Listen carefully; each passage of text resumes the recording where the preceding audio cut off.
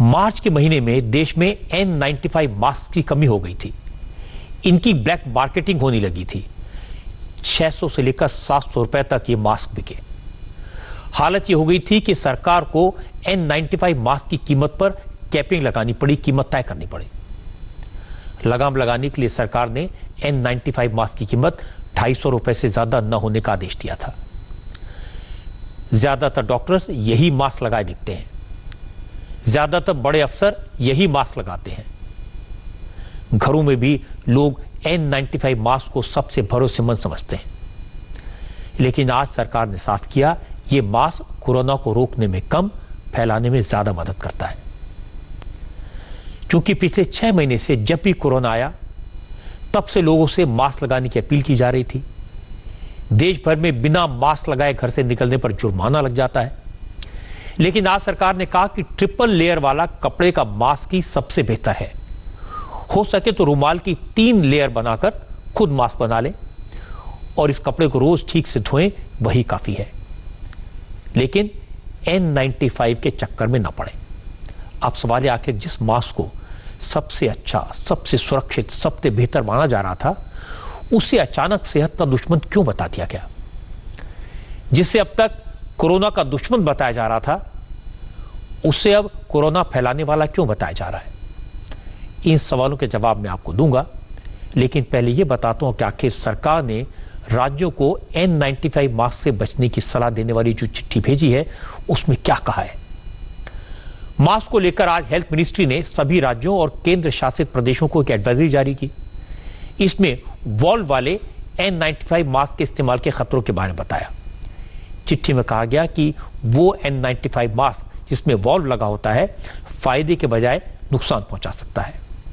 N95 mask से virus नहीं रुकता, और बड़ी बात यह कि N95 मास्क कोरोना वायरस को रोकने में बिल्कुल कारगर नहीं है, बल्कि इसका असर उल्टा होता है। N95 मास्क में वॉल्व रेस्पिरेटर लगे होते हैं जो वायरल को मास्क में नहीं रोकते। N95 मास्क में जो वॉल्व लगा होता है, वो वायरस को बाहर ट्रांसफर कर देता है, जिससे वायरस फैलने की संभावना ज्यादा होती है। मतलब यह कि जिसने N95 मास्क लगाया, अगर वो कोरोना पॉजिटिव है, उसमें कोरोना के सिम्टम्स हैं, तो उसकी सांस के जरिए, खांसी के जरिए, छींक के जरिए जो वायरस बाहर निकल रहा है, वो N95 मास्क से बाहर निकल जाएगा और आसपास मौजूद लोगों को इन्फेक्शन फैला देगा। यानी एक तरह से N95 मास्क का वॉल्व रेस्पिरेटर एग्जॉस्ट का काम करता है। ये वायरस को अंदर से बाहर फेंक देता है, जिससे इन्फेक्शन फैलने का खतरा बढ़ जाता है। इसीलिए केंद्र सरकार ने राज्यों को N95 मास्क के इस्तेमाल पर रोक लगाने को कहा है। हेल्थ मिनिस्टर डॉक्टर हर्षवर्धन ने भी ट्विटर के जरिए लोगों से N95 मास्क के इस्तेमाल से बचने की अपील की है। डॉक्टर हर्षवर्धन ने कहा, वॉल्व लगे N95 मास्क कोरोना के प्रसार को रोकने में सक्षम नहीं है, इसलिए लोग कपड़े से बने ट्रिपल लेयर मास्क का इस्तेमाल करें। यह ज्यादा सुरक्षित है, ज्यादा बेहतर है। यही बात हेल्थ मिनिस्ट्री के OSD ने कही। मास्क जिनमें वाल्व होते हैं, ये एक रैपिडली डेवलपिंग सिनेरियो है, जैसा आप जानते हैं। जैसे पहले ये कहा जा रहा था कि जो कोविड का ट्रांसमिशन है वो ड्रॉपलेट आधारित ट्रांसमिशन है। उसके बाद साइंस ने कुछ और स्टडीज़ की और ये कहा गया कि अगर आप इनक्लोज्ड स्पेसेस में हैं, बंद कमरों में हैं, वर्क प्लेसेस में हैं, तो इस बात की संभावना है कि जो छोटे ड्रॉपलेट हैं वो हवा में देर तक सस्पेंड रह सकते हैं और एयरबोर्न इन्फेक्शन भी हो सकता है। WHO ने भी ये कहा कि हम इस चीज़ को मान रहे हैं, लेकिन हम और एविडेंस का भी इंतज़ार कर रहे हैं। तो उसी प्रकार स्वास्थ्य मंत्रालय भी जिस तरह से साइंटिफिक एविडेंस आते हैं, उसके आधार पर अपने गाइडलाइंस निर्गत करता है। तो जो एविडेंस आ रहा है वो ये कहता है कि जब आप वाल्व वाला मास्क पहनते हैं तो आप स्वयं तो सुरक्षित हैं, लेकिन जो आप एक्सहेल कर रहे हैं, if you are a asymptomatic person, then the propensity of that infecting others is there. आज हमारे रिपोर्टर्स ने कई डॉक्टर से इसके बारे में बात की। डॉक्टर्स का कहना है कि दिक्कत N95 मास्क में नहीं है, वो तो ठीक है, दिक्कत मास्क में लगे वॉल्व रेस्पिरेटर से है। इससे इन्फेक्शन फैल सकता है। डॉक्टर्स का कहना है कि इस तरह के मास्क का जो इस्तेमाल कर रहा है उसके लिए तो कोई खतरा नहीं है, लेकिन अगर वो शख्स एसिम्प्टोमेटिक कोरोना पेशेंट है, उसे खुद भी नहीं मालूम कि वो कोरोना का शिकार हो चुका है, और अगर उसने N95 मास्क लगाया है, उस मास्क में वॉल्व है, तो वो पेशेंट अनजाने में बहुत सारे लोगों को कोरोना का वायरस बांट सकता है, क्योंकि उसकी सांस के जरिए यह वायरस मास्क के बाहर जा सकता है। N95 मास्क दो तरीके के होते हैं, एक में जिसमें वाल्व लगा होता है, जैसे ये है हमारा, इसके अंदर वाल्व लगा हुआ है। जो दूसरे होते हैं N95 मास्क, वो बिना वाल्व के होते हैं। जो बिना वाल्व के होते हैं उसको तो हम यूज कर सकते हैं, लेकिन आजकल क्या है, लोग वाल्व वाला मास्क ज्यादा यूज कर रहे हैं हर जगह। इससे जो है कोविड-19 का नहीं, अगर आप पॉल्यूशन से बचाव चाहते हैं वो तो है कि आप इनहेल नहीं करेंगे, लेकिन इससे कोविड का ट्रांसमिशन नहीं रुक रहा है, क्योंकि जब आप सांस छोड़ते हैं उस समय जो है इसके थ्रू वह वायरस बाहर आ सकते हैं और वैसे ही ट्रांसमिट होगा जैसे आप मास्क ना पहने हुए हों। सो कोविड के प्रिवेंशन के लिए वाल्व वाला N95 मास्क को नहीं पहनना चाहिए। हमें अगर पहनना चाहिए 95 ही पहनना है तो या तो बिना वाल्व का पहने, जो कि ये मास्क है, या 3 लेयर का कपड़ों का मास्क पहने, वो भी प्रिवेंट करता है, क्योंकि ड्रॉपलेट बनने को प्रिवेंट करना है हमें। ये N95 मास्क है, ये एक कहते हैं NIOSH यानी national institute of occupational safety and health American standard के हिसाब से बना है, और इसके अंदर कोई, इसके ऊपर कोई, अगर आप देखें तो कोई वेल्व नहीं लगा हुआ है, ठीक है। तो ये मास्क जो है हम लोग हॉस्पिटल के अंदर कोरोना मरीज को देखने के लिए इसका इस्तेमाल करते हैं, और यही मास्क ही हमें यूज करना चाहिए। दूसरी बात, जो चीजें जो कही जा रही है वो ये है कि वेल्व नहीं होना चाहिए मास्क। जैसे ये N95 मास्क है और इसमें ये वेल्व लगा हुआ है, अगर आप देखें इसे ध्यान से, तो प्रॉब्लम इस वेल्व से क्या होती है कि एक तो जब हम सांस छोड़ रहे हैं, मान लो मेरे को अगर कोरोना है, मैं अगर सांस छोड़ रहा हूं, तो जो वो वायरस है सामने वाला कोई व्यक्ति है उसके अंदर चला जाएगा। और दूसरा, अगर इस वेल्व में प्रॉब्लम है, लीकेज है, और मैं अगर सांस ले रहा हूं, तो वो इस कपड़े के थ्रू नहीं, वो इस कहते हैं जो ट्रिपल लेयर मास्क है इसके थ्रू नहीं, ये इसके वेल्व के थ्रू अंदर जाएगा और हमें कोरोना कर देगा। ये बात डिटेल में मैंने आपको जागरूक करने के लिए बताई, क्योंकि कोरोना से बचने के लिए मास्क तो जरूरी है, लेकिन वो वॉल्व रेस्पिरेटर वाला मास्क N95 हो, ये जरूरी नहीं है। मास्क का मतलब है आपका नाक और मुंह किसी तरह से ढका रहे। अब वो आपका रुमाल भी हो सकता है, गमछा हो सकता है, या फिर बाजार में मिलने वाला सामान्य मास्क हो सकता है। लेकिन चूंकि वायरस का साइज 125 माइक्रोमीटर है, ये कपड़े के महीन रेशों के बीच से अंदर जा सकता है, और अगर मास्क में रेस्पिरेटर लगाओ तो उससे बाहर आ सकता है। इसलिए 3 लेयर मास्क पहने, मतलब किसी कपड़े को 3 बार फोल्ड करके उसकी 3 तह बनाकर अगर आप नाक और मुंह ढकते हैं तो वो किसी भी अच्छे मास्क के बराबर है, उसी तरह से आपको प्रोटेक्ट करेगा। लेकिन ये ध्यान रखिए कि जिस कपड़े को एक बार इस्तेमाल करें उसे अच्छे से साबुन लगाकर धोएं और उसके बाद ही दोबारा इस्तेमाल करें, ये बेहतर तरीका है। आपने हमेशा देखा होगा प्रधानमंत्री नरेंद्र मोदी वो गमछे से मुंह ढकते हैं, तो इसका फायदा यह है कि इसको लेने के लिए दुकान तक जाने की जरूरत नहीं है, घर में ही आपके पास रहता है। और दूसरी बात है, इसे आप बार बार इस्तेमाल कर सकते हैं, साफ रख सकते हैं, इसका कोई खर्चा भी नहीं है। इसलिए वॉल्व वाले N95 के महंगे मास्क के चक्कर में तो बिल्कुल मत पड़िए। अगर N95 जिसमें वॉल्व नहीं है वो लगाएंगे तो ठीक है, डॉक्टर्स इसका इस्तेमाल करते हैं। साधारण मास्क इस्तेमाल कर सकते हैं, घर का बना मास्क भी बेहतर है, आपके लिए भी और दूसरों के लिए भी। और मास्क लगाने की सबसे ज्यादा जरूरत आज अगर कहीं है तो वो बिहार में है, क्योंकि बिहार में कोरोना के कारण हालात बहुत तेजी से बिगड़ रहे हैं। बिहार में कोरोना के मरीजों की तादाद जितनी तेजी से बढ़ रही है, उतनी ही तेजी से सरकारी सिस्टम भी जवाब दे रहा है। बड़े बड़े सरकारी हॉस्पिटल का हाल बेहद खराब है, और आज जो मैं आपको तस्वीरें दिखाऊंगा वो आपको परेशान कर देंगी। आज बिहार में कोरोना के 1109 नए मामले सामने आए। बिहार में कोरोना इन्फेक्टेड लोगों की कुल संख्या अब 28,000 से ज्यादा हो गई है और सबसे ज्यादा बुरा हाल बिहार की राजधानी पटना का है। सिर्फ पटना में कोरोना के मरीजों की संख्या 4,000 से ज्यादा हो गई है। इतनी तेजी से मरीज आ रहे हैं कि पटना के 3 बड़े अस्पतालों में सारे इंतजाम नाकाफी पड़ गए हैं।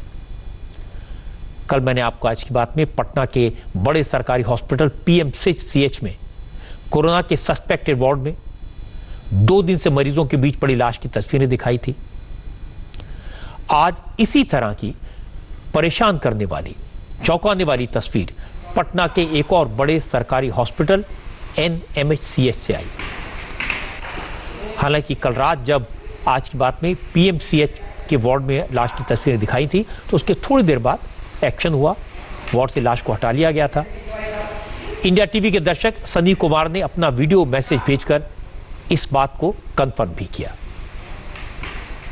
कल मैंने इंडिया टीवी के प्रेस रिपोर्टर के साथ एक वीडियो शेयर किया था जिसमें मैंने पीएमसीएच के कोरोना सस्पेक्टेड वार्ड के बारे में बताया था। आज वो वार्ड बिल्कुल नीट एंड क्लीन हो गई है। वहाँ पे जो डेड बॉडी पड़ी थी वो बिल्कुल हट गई है और मेरे फादर का कोरोना रिपोर्ट भी निगेटिव आया है और वो किसी और वार्ड में शिफ्ट किया गया है।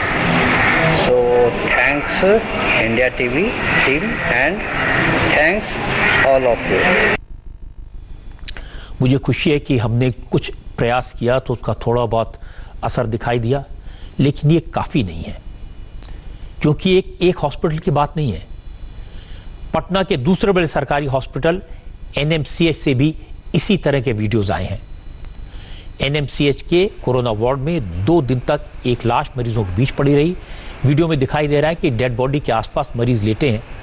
वार्ड में डॉक्टर या नर्स तो नहीं है, दिखाई भी नहीं दे रहे, लेकिन मरीजों की तीमारदार जरूर दिख रहे हैं। 2 दिन तक डेड बॉडी वार्ड में पड़ी रही, लाश से बदबू आने लगी।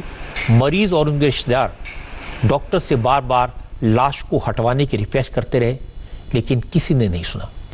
इसके बाद मरीजों ने प्रोटेस्ट किया, खाना पीना छोड़ दिया, अनशन करने लगे।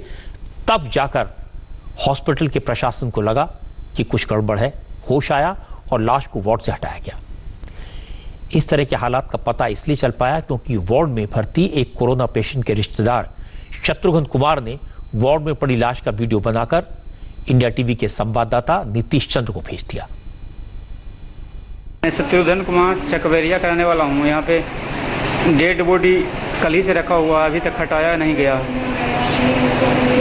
दूसरा पेशेंट को प्रॉब्लम हो रहा, मेरी माँ यहाँ भर्ती है, उसको प्रॉब्लम हो रहा। यहाँ पे वहाँ पे कंप्लेंट करते हैं तो हटाता नहीं है, कल ही से रखा हुआ है बॉडी ये। जब मरीजों ने खाना पीना बंद कर दिया, प्रशासन को पता लगा कि वार्ड में पड़ी लाश का वीडियो इंडिया टीवी के पास पहुंच गया है, तो फिर आनन फानन में लाश को हटा लिया गया। लेकिन वार्ड के हालात पहले की तरह हैं, कुछ नहीं बदला। मरीज आज भी भगवान भरोसे हैं। एनएमसीएच के कोरोना वार्ड में मरीजों को देखने के लिए नर्सिंग स्टाफ की कमी है। इमरजेंसी सिचुएशन में भी डॉक्टर नहीं पहुंचते, कोई नर्स मदद नहीं करती। इसके कई सारे वीडियोस एनएमसीएच में भर्ती एक रिटायर्ड फौजी ने हमें भेजे हैं। इन वीडियोस को देखेंगे तो आपको अंदाजा लगेगा कि एनएमसीएच के कोरोना वार्ड में मरीजों का हाल कितना बुरा है, उन्हें कैसी सुविधाएं मिल रही हैं, उनका कितना ख्याल रखा जा रहा है, ये सब एक्सपोज हो जाएगा। एक वीडियो में दिख रहा है कि कोरोना वार्ड में एक पेशेंट है जिसको सांस लेने में दिक्कत हुई, जिसके बाद उसने नर्सिंग स्टाफ से मदद मांगी लेकिन मदद नहीं मिली। वीडियो में पेशेंट कहते हुए सुनाई दे रहा है कि उसकी सांस बंद हो रही है। पेशेंट कह रहा है कि उसने नर्स को बताया उसे दिक्कत हो रही है, लेकिन नर्स ने कहा उनसे नहीं हो पाएगा। ऐसी स्थिति में जब पेशेंट की हालत बिगड़ने लगी तो कोरोना वार्ड में भर्ती मरीज शंकर कुमार ने दूसरे पेशेंट को सीपीआर दिया। सांस बंद हो गया था। अभी कैसा फील कर रहे हो? अभी ठीक फील कर रहे हो ना? नर्स को बुलाने की जरूरत है क्या? नर्स को बताया था तुमने? क्या बोली नर्स? बोली नर्स बोली कि हमसे ना होगा। देखिए पेशेंट इतना वो सीरियस है और बोल रही है नर्स कि हमसे ना होगा। और मुझे जहाँ तक जितनी जानकारी थी मैंने इनको सीपीआर दिया, ठीक है। और अभी ये फिलहाल कैसा फील कर रहे हैं? सांस आपका ठीक हो गया? आप ऑर्डर ले लीजिए, जल्दी ऑर्डर ले लीजिए, ऑर्डर जल्दी प्लीज। थोड़ी हाथ पीछे हाँ।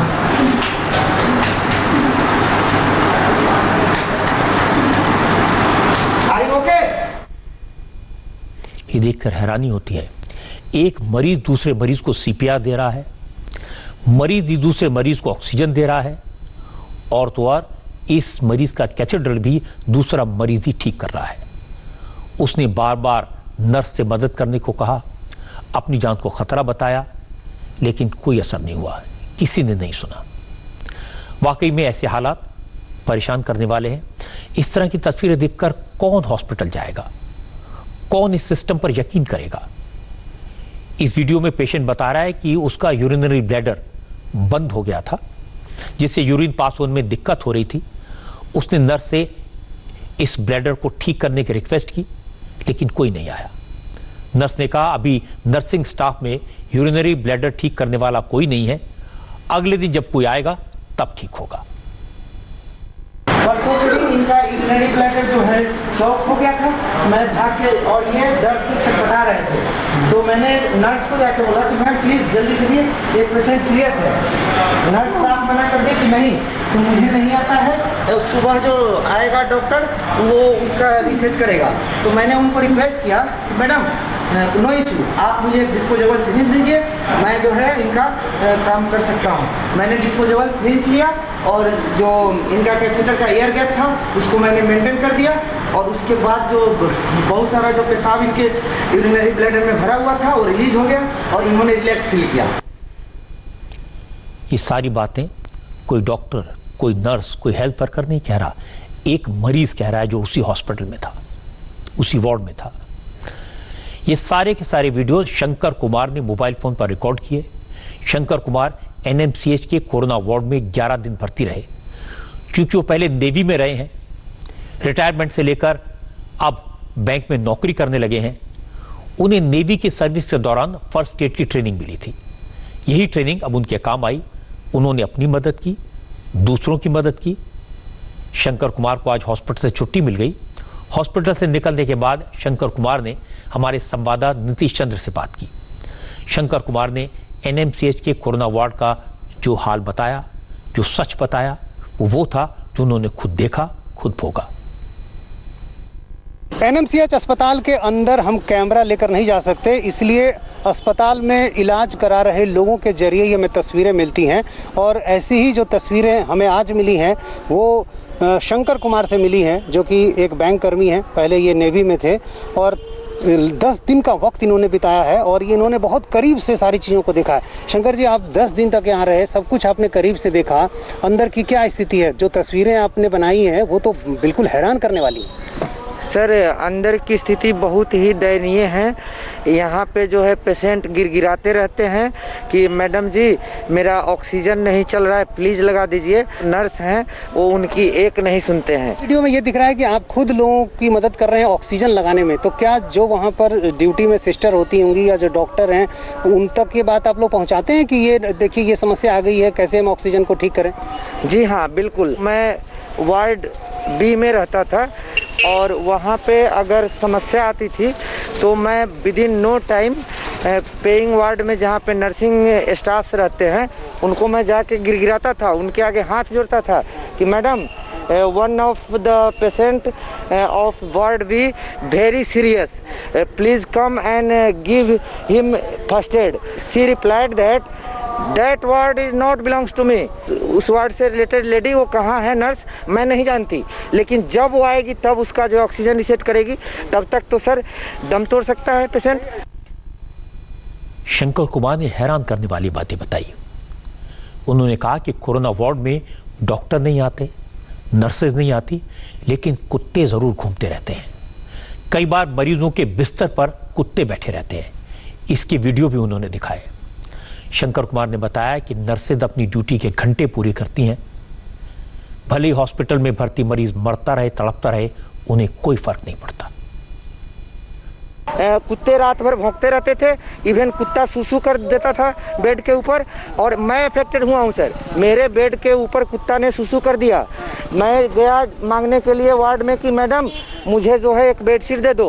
बोला कि नहीं नहीं 9:30 बजे सुबह बेडशीट का टाइम है, 9:30 बजे सुबह ही मिलेगा। मैंने बोला कि मैडम मेरा सांस चल रहा है, अगर 2 तकिया दिया जाए मुझे तो मेरा रिकवरी हो पाएगा, स्पीडी रिकवरी हो पाएगा। बड़े शर्म की बात है सर बिहार सरकार के लिए और इस हॉस्पिटल के लिए कि 10 तारीख से लेकर के आज तक, आज मैं डिस्चार्ज हो रहा हूं सर, मुझे तकिया नहीं दिया गया। वार्ड में कुत्ते घूमते हों, मरीजों के बीच लाश 2-2 दिन तक पड़ी रहे, ये किसी हॉस्पिटल में कैसे हो सकता है? कोई नर्स किसी मरीज को तड़पता हुआ कैसे छोड़ सकती है? डॉक्टर्स मरीजों को इग्नोर कैसे कर सकते हैं? इस उनका दुख होता है। लेकिन शंकर कुमार ने ये बातें सिर्फ बताई नहीं, सबूत के तौर पर वीडियो बनाकर लाए थे। वैसे भी वीडियो में यह साफ दिख रहा है कि कोरोना वार्ड में मरीजों की देखभाल उनके रिश्तेदार कर रहे हैं। वार्ड में नर्सेज या डॉक्टर्स नहीं दिखते, रात में भी मरीजों के साथ उनके रिश्तेदार कोरोना वार्ड में रहते हैं। जबकि प्रोटोकॉल यह है कि कोरोना वार्ड में कोई भी व्यक्ति बिना पीपीई किट पहने नहीं जा सकता। कोरोना वार्ड में मरीजों के साथ रिश्तेदारों का साथ रहना तो दूर, मौत के बाद रिश्तेदारों को मरीज की लाश भी नहीं दी जाती। यह है प्रोटोकॉल, क्योंकि इन्फेक्शन का खतरा जबरदस्त है। लेकिन पटना में कोरोना वार्ड में मरीजों की देखभाल उनके रिश्तेदार कर रहे हैं, और यह बात न प्रशासन को दिखती है न डॉक्टर्स को दिखती है। ये चिंता की बात है। इसका असर यह हो रहा है कि मरीजों का सिस्टम से भरोसा उठ गया है। अब मरीजों के रिश्तेदार हॉस्पिटल में ऑक्सीजन का सिलेंडर लेकर पहुंचते हैं।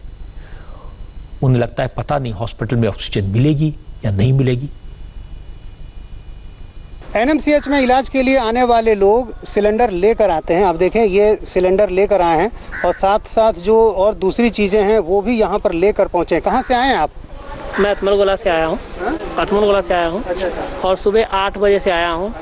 ठीक है, अभी तक कोरोना जांच के लिए एक भी सैंपल लेने गया है ना तो किट ले गए हैं, ना ही लार का चेक किए और ना ही और किसी भी प्रकार का चेक नहीं किए हैं। आप पेशेंट खुद हैं? आप हैं? नहीं, मेरे पेशेंट मेरे पिताजी हैं, जो अंदर में वार्ड रूम में उसको इमरजेंसी में भर्ती कराया। लेकर साथ आए? हाँ, सिलेंडर इसलिए साथ लाना पड़ा हमें क्योंकि हम रात यहाँ का भरोसा नहीं कब सिलेंडर रहे ना रहे, क्या पता रास्ते। और ऑटो में यहाँ अवेलेबल ही नहीं, यहाँ तो अंदर लगा रहता है, क्या रहे कुछ पता नहीं है। क्योंकि हम पीएमसीएच गए, पहले भर्ती कराने से पहले पीएमसीएच की व्यवस्था इतनी रद्दी है, इतना घटिया है कि कोई कुछ कह नहीं सकता। आपके पेशेंट को क्या ऑक्सीजन की जरूरत है अभी? बिल्कुल, मेरे पेशेंट अभी ऑक्सीजन में ही हैं। ऑक्सीजन लेवल प्लस रखा हुआ है कि यदि वहाँ जरूरत पड़ी तो फिर आप इसका इस्तेमाल अगर उनका जरूरत पड़े वहाँ कम हो जाएगा तो मैं अपना लगा दूंगा, इसलिए मैं लेके आया हूँ। पर यहाँ अभी लगा हुआ है, ऑक्सीजन लगा रहे हैं। कहाँ से आप लाए ये सिलेंडर? ये सब मैं मार्केट से पैसे से खरीद के लाया हूँ। ये करीबन 12,000 रुपए का एक आया है। 12,000 रुपए में एक सिलेंडर? 12,000। आदमी की कीमत से ज्यादा कुछ नहीं, आदमी की जिंदगी ज्यादा कुछ नहीं है। हॉस्पिटल पर लोगों को भरोसा नहीं है, वहाँ के डॉक्टर्स पर भरोसा नहीं है, लेकिन मजबूरी है, हॉस्पिटल में रिश्तेदारों को एडमिट कराना पड़ता है। एनएमसीएच में इतनी बदहाली, इतनी बदनिज़ामी हम करें तो क्या करें? हमारे संवाददाता नीतीश चंद्र ने एनएमसीएच के सुपरिटेंडेंट डॉक्टर निर्मल कुमार सिन्हा से बात की। डॉक्टर साहब ने कहा कि अगर हालात इतने खराब होते तो हॉस्पिटल से मरीज ठीक होकर कैसे जा रहे हैं। निर्मल सिन्हा का कहना था क्योंकि बिहार में कोरोना के केसेस अचानक बढ़ गए हैं, इसलिए ज्यादा प्रेशर है, मरीजों की तादाद के लिहाज से इंफ्रास्ट्रक्चर कम है, इसलिए थोड़ी बहुत दिक्कत हो जाती है। हम लोगों ने देखा है तस्वीरें, हालांकि वो पूरी तरह से सच्चाई वाली बात नहीं है। आखिर डॉक्टर्स अगर नहीं देख रहे हैं तो 3 महीने से एनएमसीएच ने ऐसा रिजल्ट क्यों दिया, कैसे दिया? तो निश्चित ही कार्य तो चल रहे हैं। अभी एकाएक जो पेशेंट्स का सर्ज हुआ है हमारे राज्य में, उसके चलते थोड़ी कठिनाइयां बढ़ी हैं। पहले एसिम्प्टोमेटिक और जो सस्पेक्टेड पेशेंट्स होते थे और कुछ मात्रा में मॉडरेटली सिक या सीवियरली सिक आते थे। आज के समय में स्थिति ये हो गई है कि एसिम्प्टोमेटिक पेशेंट को हमें तो रखना नहीं है जैसा कि निर्देश है, और जो सस्पेक्टेड है उसको रखना नहीं है।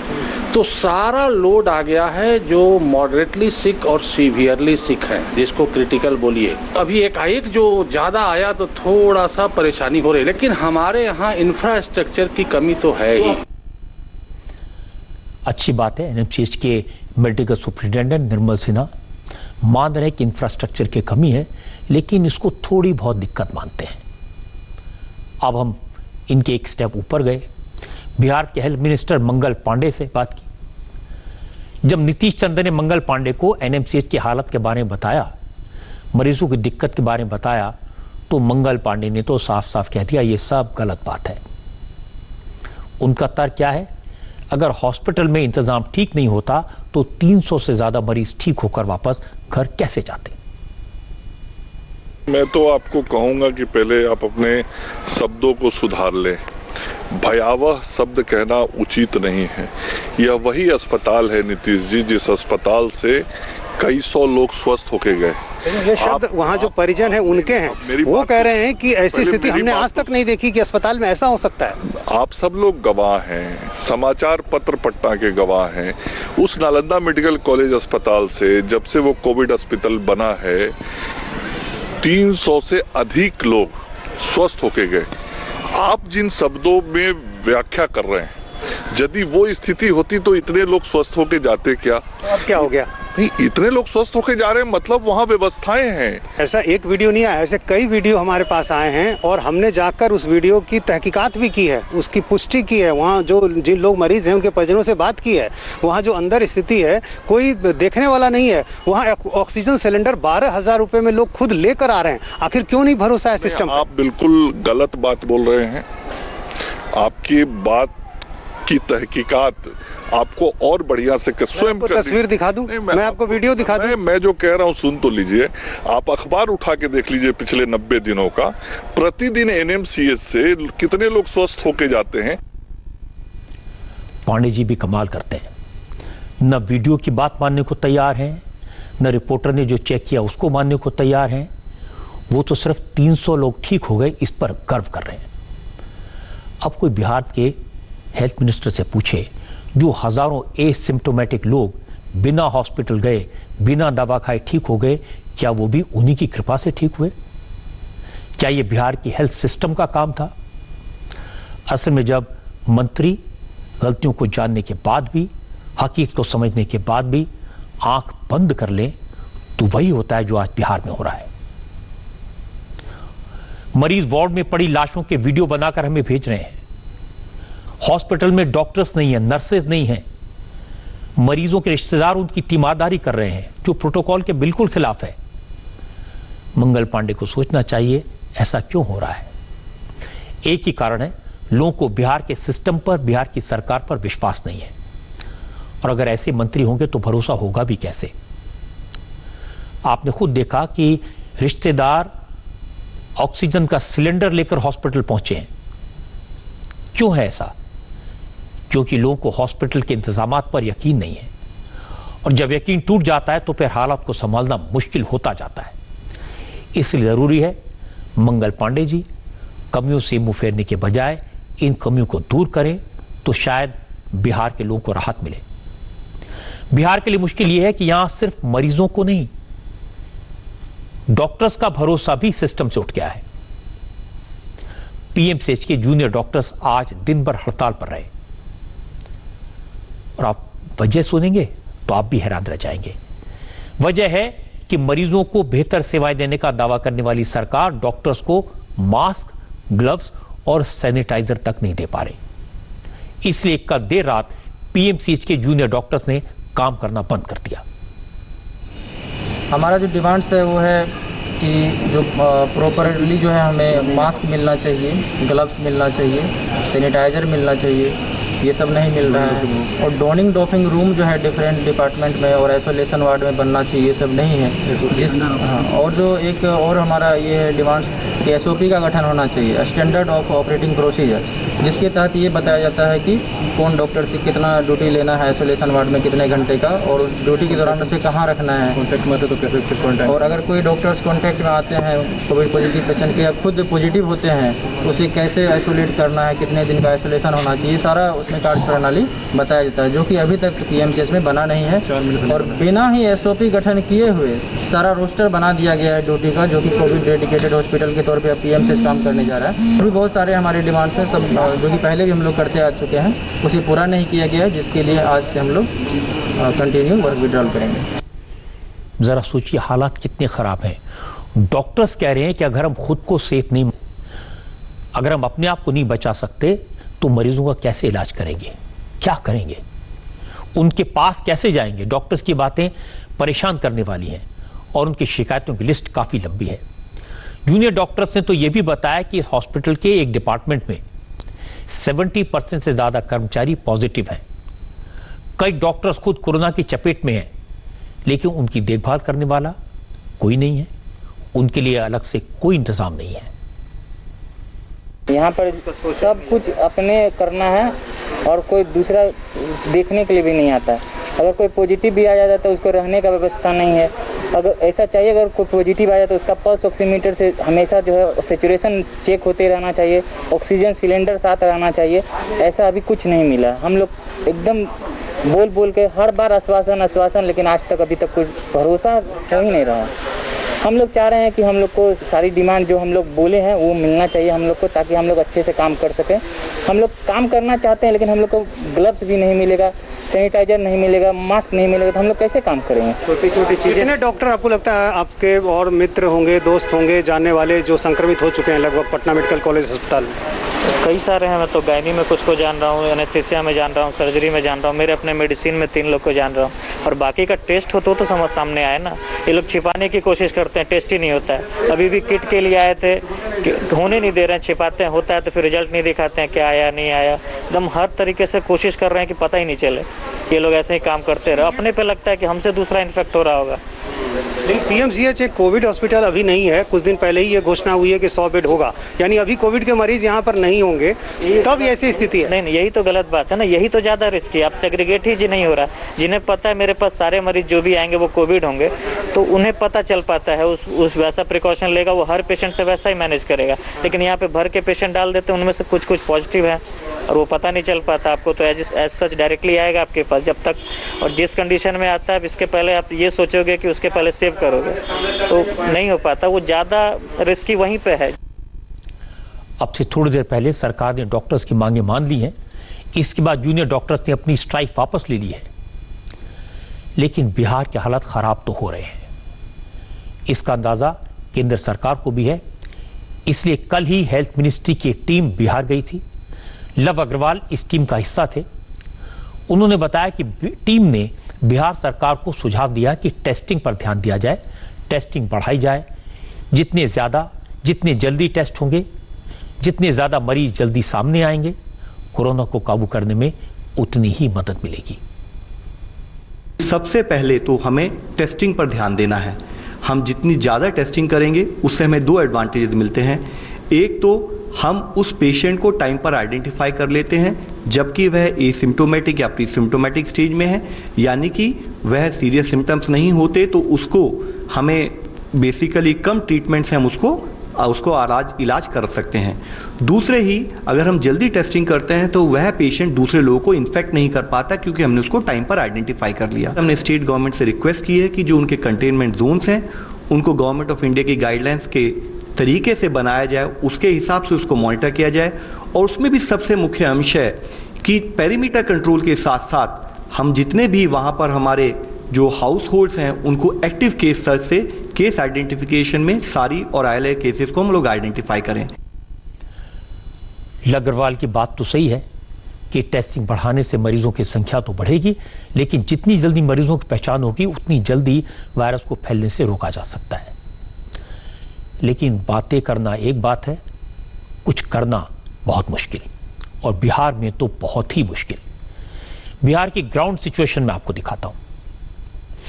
टेस्टिंग के लिए लोग लाइनों में इस तरह खड़े हैं जैसे राशन की दुकान की लाइन हो। सरकार को घर घर जाकर मरीजों को खोजना नहीं पड़ रहा, लोग खुद टेस्ट कराने आ रहे हैं, लेकिन उनके टेस्ट हो नहीं पा रहे।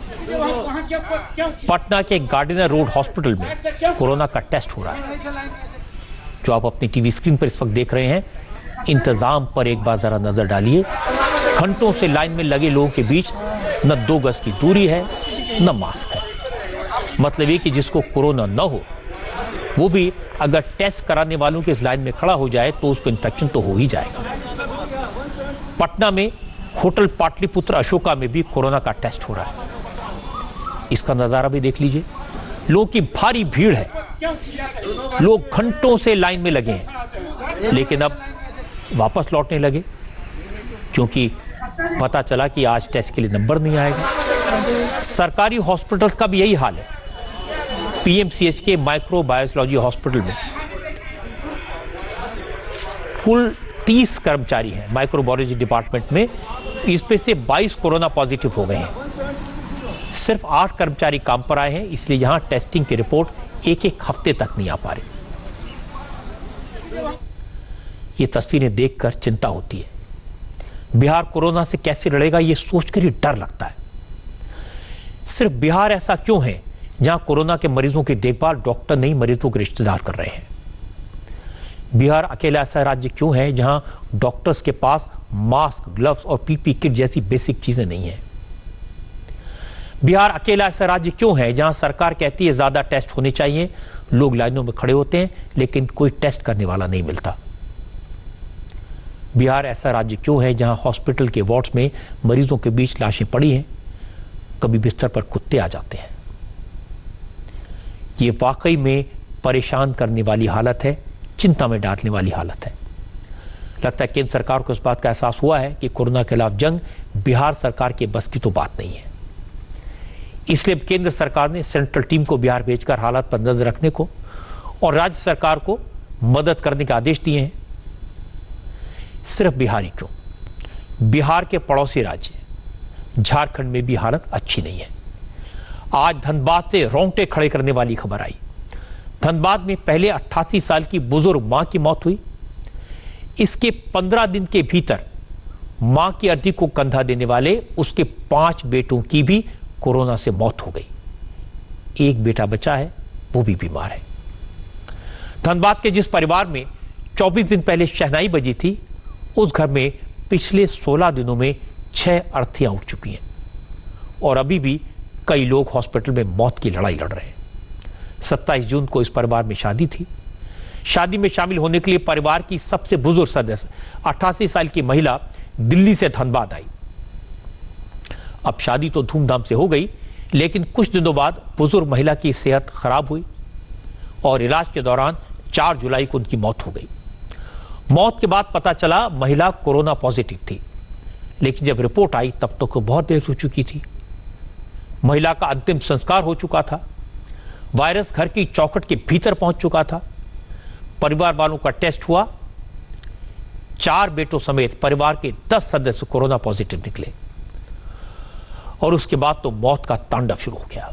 10 जुलाई को धनबाद में एक बेटे की मौत हुई। अगले दिन 11 जुलाई को दूसरा बेटा चल बसा। 12 जुलाई को नहीं, सिर्फ अगले दिन रांची में तीसरे बेटे की मौत हुई और सबकी जान कोरोना ने ली। 16 जुलाई को चौथे बेटे की मौत जमशेदपुर के हॉस्पिटल में हुई। उसकी मौत का कारण कैंसर बताया गया। 19 जुलाई को रांची में 5वें बेटे की मौत हुई। उसकी जान कोरोना ने ली। 88 साल की जिस महिला की मौत हुई, उसके 6 बेटे थे, 5 की मौत हो गई है। 6ठा बेटा दिल्ली में रहता है। यह महिला भी दिल्ली में अपने बेटे के साथ रहती थी, लेकिन तबीयत खराब होने की वजह से यह बेटा शादी में शामिल होने धनबाद नहीं आ सका था। 6 मौतें हुई। कारण वो लोग कोमोरबिड कंडीशन था, ओल्ड एज था, blood pressure, diabetic, cardiac element था, उसमें पॉजिटिव इन्फेक्शन पाया गया, तो उसमें उन लोग को मौत हुई।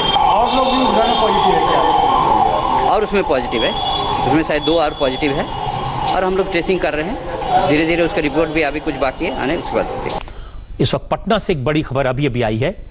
हमारे संवाददाता नीतीश चंद ने बताया कि एनएमसीएच की तस्वीरें देखने के बाद बिहार सरकार को अपनी गलती का एहसास हो गया है। हालात कितने खराब हैं इसका अंदाजा हो गया है, इसलिए तस्वीरें देखने के बाद राज्य सरकार ने एनएमसीएच के एमएस निर्मल कुमार सिन्हा को हटा दिया है। उनकी जगह डॉक्टर विनोद कुमार को नया अधीक्षक बनाया गया है। नीतीश चंद के पास चलते हैं, पटना में मौजूद हैं। नीतीश, जो आपने तस्वीरें दिखाई वो वाकई में भयावह थी, डराने वाली थी और वाकई में सरकार की लोगों की आंखें खोलने वाली थी। तो जो हटाया गया मेडिकल सुपरिटेंडेंट को, इसके बारे में और क्या जानकारी आपके पास? बिल्कुल रजत जी, जो तस्वीरें हमें मिली हैं वो बिल्कुल, देखिए अभी अभी ये फैसला हुआ है। जिस तरह से एनएमसीएच की तस्वीरें आ रही थी, जो तस्वीरें आज हमने दिखाई है, और इसके पहले भी आपको याद होगा रजत जी, अंदर से मनी सिंह राजपूत नाम के एक 20 साल के लड़के ने जो तस्वीर इंडिया टीवी को भेजा था वो बिल्कुल चौंकाने वाला था।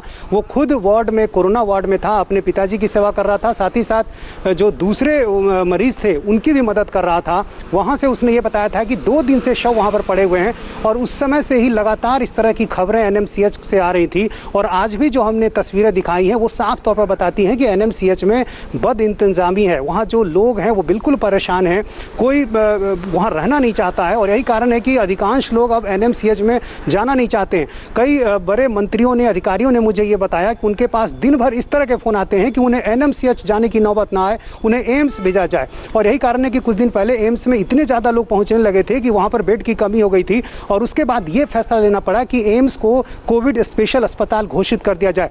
लेकिन जब लगातार भीड़ होने लगी, उसके बाद राज्य सरकार को ये नियम बनाना पड़ा कि एम्स में हम उन्हीं मरीजों को लेंगे जो कहीं से रेफर होकर आएंगे। तो आप समझ लीजिए कि आखिर एम्स में ही हर क्यों जाना चाहता है। एनएमसीएच की तस्वीर जो है वो लोगों को डरा रही है, और यही कारण है कि वहाँ पर हमें दिखाई दिया लोगों के चेहरे पर जो डर है, जो खौफ है, वो हमने देखा। कई लोग इस बात को लेकर काफ़ी परेशान थे कि वहाँ पर कोई उनकी मदद करने वाला नहीं है, कोई सुनने वाला नहीं है, और अटेंडेंट खुद ही वहाँ पर रहे, कोरोना वार्ड में रहे, वो पूरी तरह से अपने चेहरे को ढक कर रखते हैं, रात भर वो सो नहीं पाते हैं। तो आप समझ लीजिए कि किस तरह के माहौल है वहाँ पर। और जैसा कि तस्वीरों में हमने दिखाया कि ऑक्सीजन सिलेंडर 12,000 रुपये में खरीद कर लोग ला रहे हैं। तो ये सारी चीज़ें लगातार सामने आ रही थी, और एनएमसीएच के अधीक्षक को यही कारण है कि अभी अभी हटाने का फैसला लिया गया है। डॉक्टर विनोद कुमार को ये अब नया प्रभार दिया गया है। रजत जी, नीतीश, आपने और मीनाक्षी जोशी ने मिलकर इस पूरे हॉस्पिटल के जो बद इंतजामी थी उसको एक्सपोज किया। मैं कहूँगा जन कल्याण का काम किया है, इससे मरीजों को फ़ायदा होगा, गरीब लोगों को फ़ायदा होगा। तो इसके लिए आप बधाई के पात्र हैं। आप ऐसे ही काम करते रहिए, लेकिन कोरोना के बच के, संभल के, पूरा प्रोटेक्शन लेके। नीतीश चंद्र, बहुत बहुत शुक्रिया आपका। महाराष्ट्र की सड़कों पर आज दूध बहता दिखाई दिया, और दुख की बात है कि सड़क पर दूध बहाने वाले किसान थे। असल में किसान दूध की कम कीमत मिलने से नाराज हैं, सरकार से 10 रुपए लीटर बढ़ाने की मांग कर रहे हैं। क्योंकि सरकार ने किसानों की इस मांग को नहीं माना, इसलिए आज अकोला, अहमदनगर, कोल्हापुर और सांगली समेत कई शहरों में किसानों ने अपना दूध सड़क पर बहा दिया। यह आंदोलन दूध उत्पादक शेतकारी संघर्ष समिति की कॉल पर हुआ। किसानों का कहना है कि उन्हें दूध का दाम काफी कम मिल रहा है। राज्य सरकार 20 से 22 रुपए प्रति लीटर देती है, जबकि 1 लीटर दूध की कीमत कम से कम 30 रुपए होनी चाहिए। किसानों की मांग है कि राज्य सरकार 10 रुपए की सब्सिडी डायरेक्ट किसानों के अकाउंट में डाले। इस सवाल पर आज इनकी महाराष्ट्र की डेयरी मिनिस्टर से बात भी हुई, लेकिन कोई नतीजा नहीं निकला। किसानों का कहना है कि अब कल से मंत्रियों और नेताओं के घर के आगे दूध बहाया जाएगा।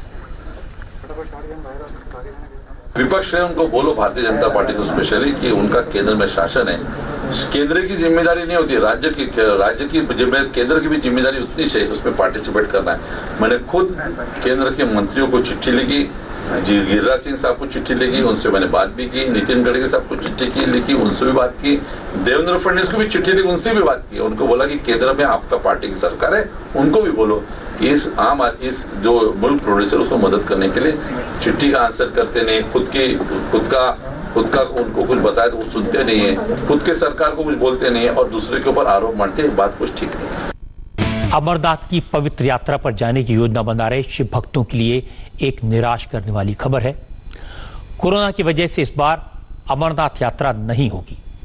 अमरनाथ यात्रा इस बार 21 जून से शुरू होने वाली थी, फिर यात्रा को 21 जुलाई यानी आज तक के लिए टाल दिया गया था, लेकिन अब हालात को रिव्यू किया गया और आज अमरनाथ जी श्राइन बोर्ड ने यात्रा को रद्द करने का ऐलान किया। दरअसल पिछले कुछ दिनों से जम्मू कश्मीर में कोरोना के संक्रमण के मामलों में फिर से तेजी से बढ़ोतरी हुई है। कोरोना वायरस की वजह से लखनपुर से लेकर बालटाल तक कई क्षेत्र रेड जोन डिक्लेयर कर दिए गए हैं। ये सभी इलाके अमरनाथ यात्रा के रूट पर पड़ते हैं, इसलिए यात्रियों को कोई खतरा ना हो, ये देखते हुए प्रशासन ने यात्रा को रद्द करने का फैसला किया। हालांकि परंपरा निभाई जाएगी। छड़ी मुबारक को दशनामी अखाड़ा के नेतृत्व में कुछ साधु संतों के साथ अब हेलीकॉप्टर से गुफा तक ले जाया जाएगा। रक्षाबंधन के दिन छड़ी पूजन के साथ अंतिम दर्शन किए जाएंगे, लेकिन भक्त इस बार अमरनाथ की गुफा तक नहीं जा सकते, इसके सिर्फ ऑनलाइन दर्शन कर सकेंगे। हम कोशिश करेंगे इंडिया टीवी पे भी आपको बाबा बर्फानी के दर्शन कराएं।